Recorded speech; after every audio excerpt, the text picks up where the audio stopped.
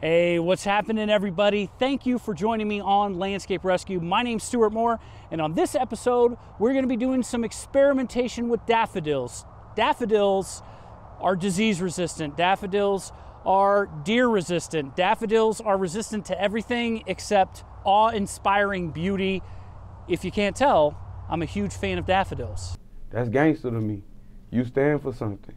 Those cheery, usually yellow symbols of spring, they're also cold-blooded killers. Daffodils stay in the ground. Typically, you want to find a place for daffodils where you can plant them and forget about them, and then in the spring they pop up and they get bigger and bigger and bigger and bigger until you have an entire field of daffodils. Ideally, that's what you do with daffodils, right?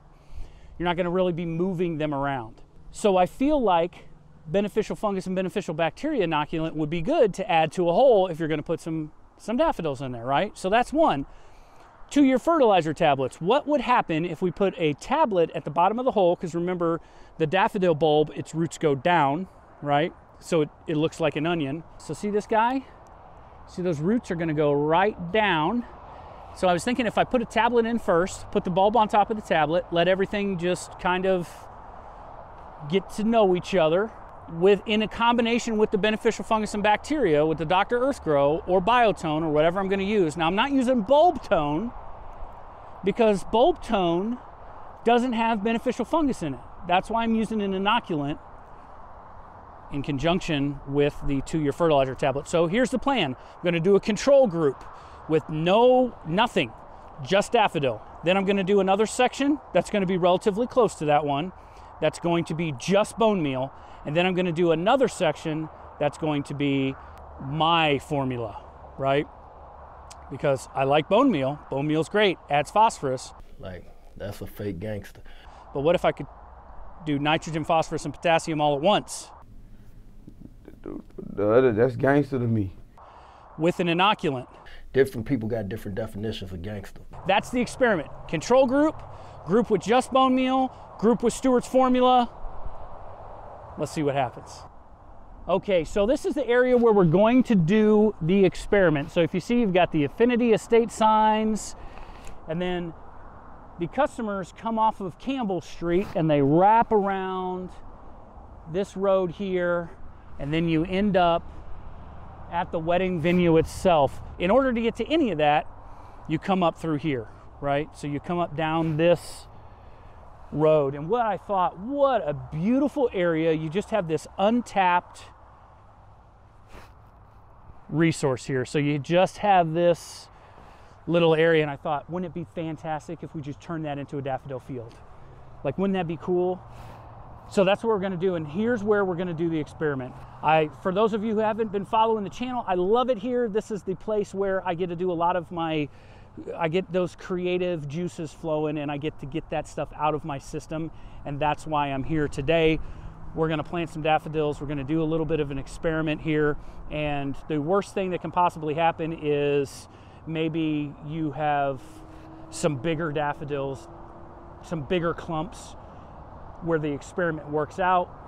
Maybe they're all equal. I don't really know how it's going to go down. Maybe the fertilizer tablet's going to push them too much nitrogen and they're not going to flower as well, but they're going to get a lot of foliage. You know, we don't know what's going to happen. I'm so excited to do this. We're going to do it right here in this little area, and I'm going to show you how I'm going to grid this out. All right. Okay, so I wanted to show this to you real fast, how we're going to grid this out. Waking up a little early this morning, and I made this little triangle just out of some duct tape and some wooden dowels that I had. Public school, calm down. And then I got a piece of bamboo, which typically I have big old long pieces of bamboo like this just for training trees and moving branches around, you know, just sitting in the shed. So this is a perfect triangle. I just made 3 equally length sticks and then put 2 sticks in the center just to shore it up, and something that I could tape my bamboo to. So kind of looks a little silly, but I want you to see why this is going to be important here in a second. So I can literally just pop this down on the ground. Okay, so I'm going to do a mark there, I'm going to do a mark here, and a mark here.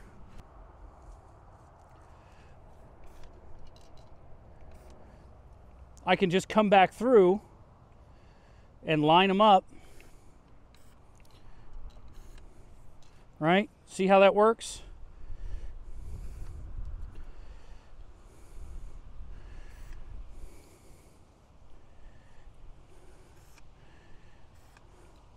So if you can look at that, I don't need a measuring tape. I don't need anything. I just have sticks that are the same length, and I don't have to flip a stick around. I just make a triangle. That's how easy it is. It's my template. It's my stencil for how I'm going to do this. So I'm going to get a bunch of these lined out, and I'm going to count them because I think this is like the perfect distance, and I think that would be really special to have something like that right as soon as you round the corner, like you're going on a journey through here. So maybe I'm over romanticizing it. Maybe I'm thinking about it too much. Meh. I'm known to do that. So let me get started gridding this all out. All right.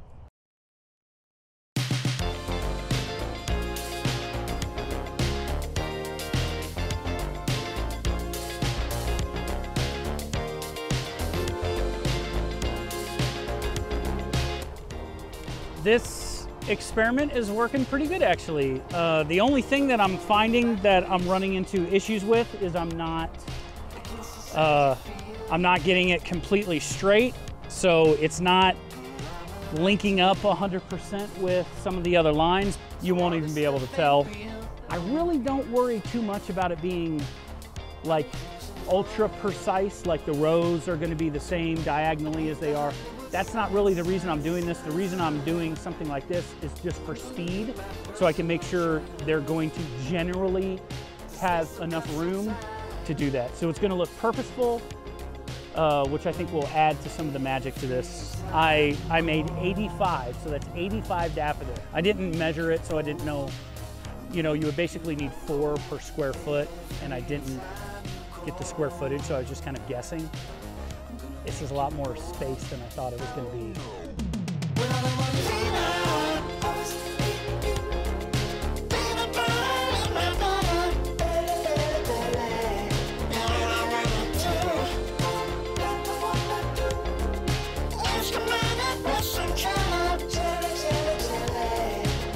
I'm a vegan hot dog on the way to Jupiter. I'm a Christmas tree, dripping cheese with. I'm a dancing to dancing.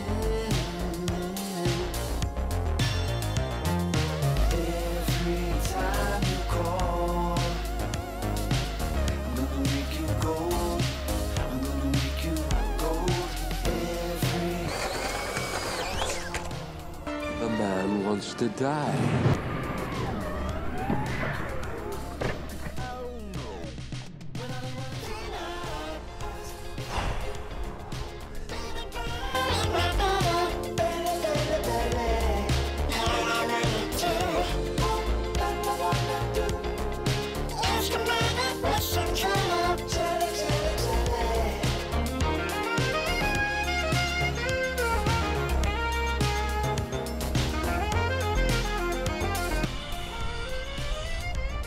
I will.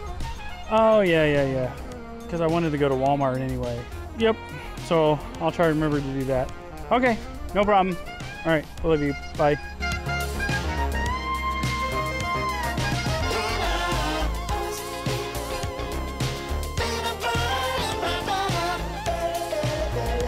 Like the first 2 or 3 rows are going to be the control group, and then the next 3 rows we're just going to do bone meal, and then the last 3 rows we're going to do tab and the beneficial fungus, beneficial bacteria, and I want to see how that works. So this is I set my tripod right on the corner of this parking lot, so we'll be able to look down. We'll be able to come back to this footage later in the spring. I'd like to do that late spring, maybe early spring, do an update, and I know right where to put the camera so we can look down on this in the same exact way. And I think that'll be pretty cool to do. All right, let's get the bone meal going. Bone meal is pretty cheap. I think I paid $6 for 4 pounds. For $8 for 4 pounds, I can get Dr. Earthgrow though. So these 3 rows, 1, 2, 3.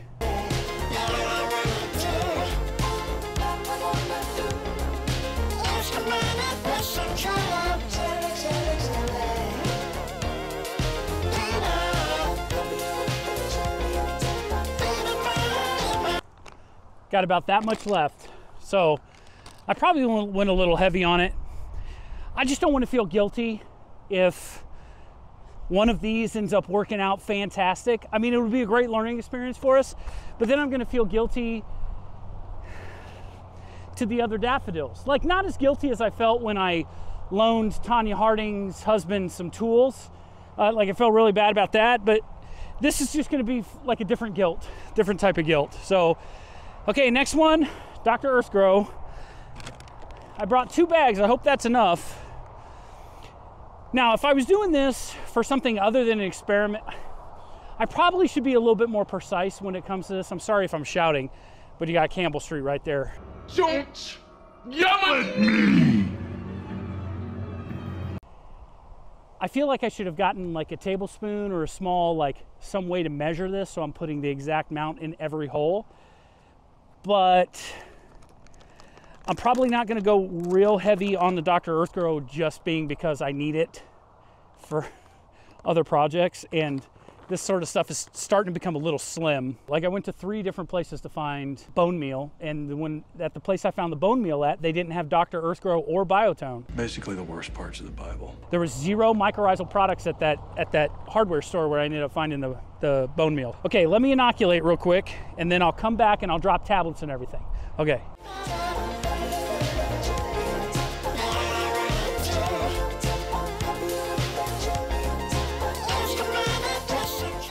Okay, so that wasn't as bad as I thought. That went pretty far. Now tablets. So I still got my big bag of tablets left. I'm just gonna come back and forth because I don't really have anything to hold them in.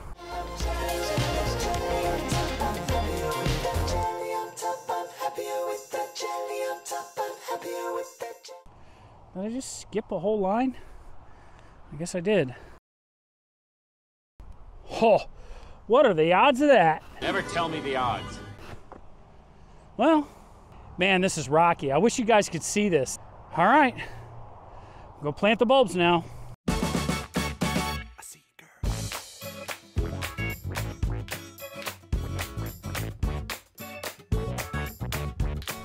And this is the control group right now that we're planting.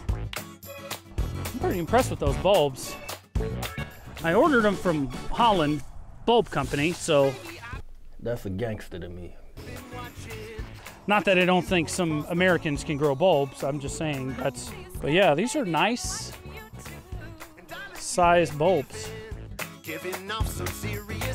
Okay, so that's the control group done.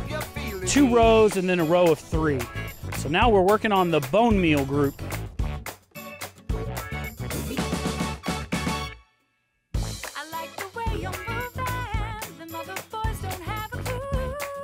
I feel like my eyeballs and my vision might have been bigger than my wallet on this one because I wanted to do this whole thing.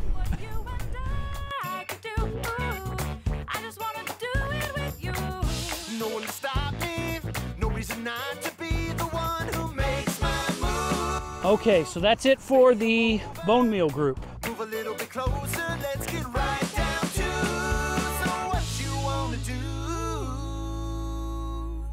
I wanna dance, dance, dance, dance, dance, dance, dance, dance, dance. Okay, so bone meal group, then we started on so the rest of this is gonna be tablets and Dr. Earthgrow. So I wanna dance, dance, dance, dance, dance. I wanna dance with you. And I know this isn't gonna be overly scientific. Let's call it what it is. I mean, this is just some hillbilly on YouTube doing a little experiment. And really, a lot of it's just for my own curiosity, because clearly the size of the bulb is gonna have something to do with our results. Girl, another drink, let's energize before we go again. All right. No one to stop from dropping it high, 'cause they pristine. That's just a little tiny guy. We'll throw him in there with a big brother. Everybody's got a home. So there's 80 some in there. Okay, I'm gonna start filling these holes in and chucking the rocks in the ditch. You guys don't need to be here for that. I'll meet you here in a couple 30 minutes when I'm done. All right, guys. That was a lot of work. The vast majority of these holes had a ton of rock in it. Until I really started getting to plant things, I didn't realize how much soil that was going to displace when I took those rocks out. So there's not a whole lot of soil in some of these holes. I was actually just taking clumps of soil or clumps of sod away from the surrounding area and kind of beating it down onto those bulbs to try to get some sort of protection. So I think the further down, I'm just not optimistic that every single one of these is going to come out. But we don't typically, or I've never, I think, lost a daffodil unless I just planted them way too late. And I feel like even then sometimes they come up.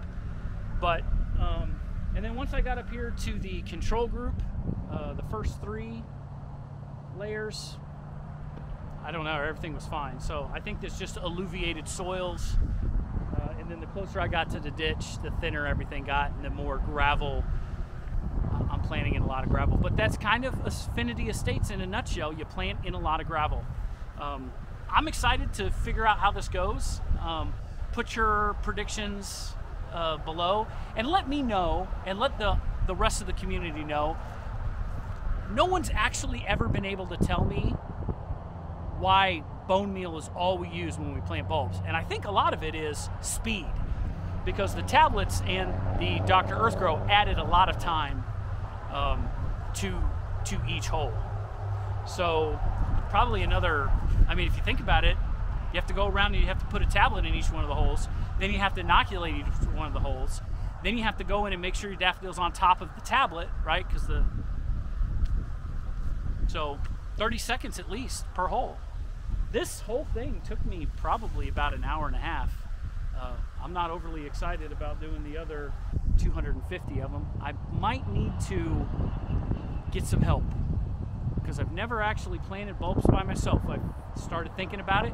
When you're planting bulbs for an hour and a half, you've got a lot of time to think. Probably nothing overly philosophical, but this is the first time I've actually done this by myself. Normally, I'm just augering holes and people are coming behind me planting. So it is what it is. All right.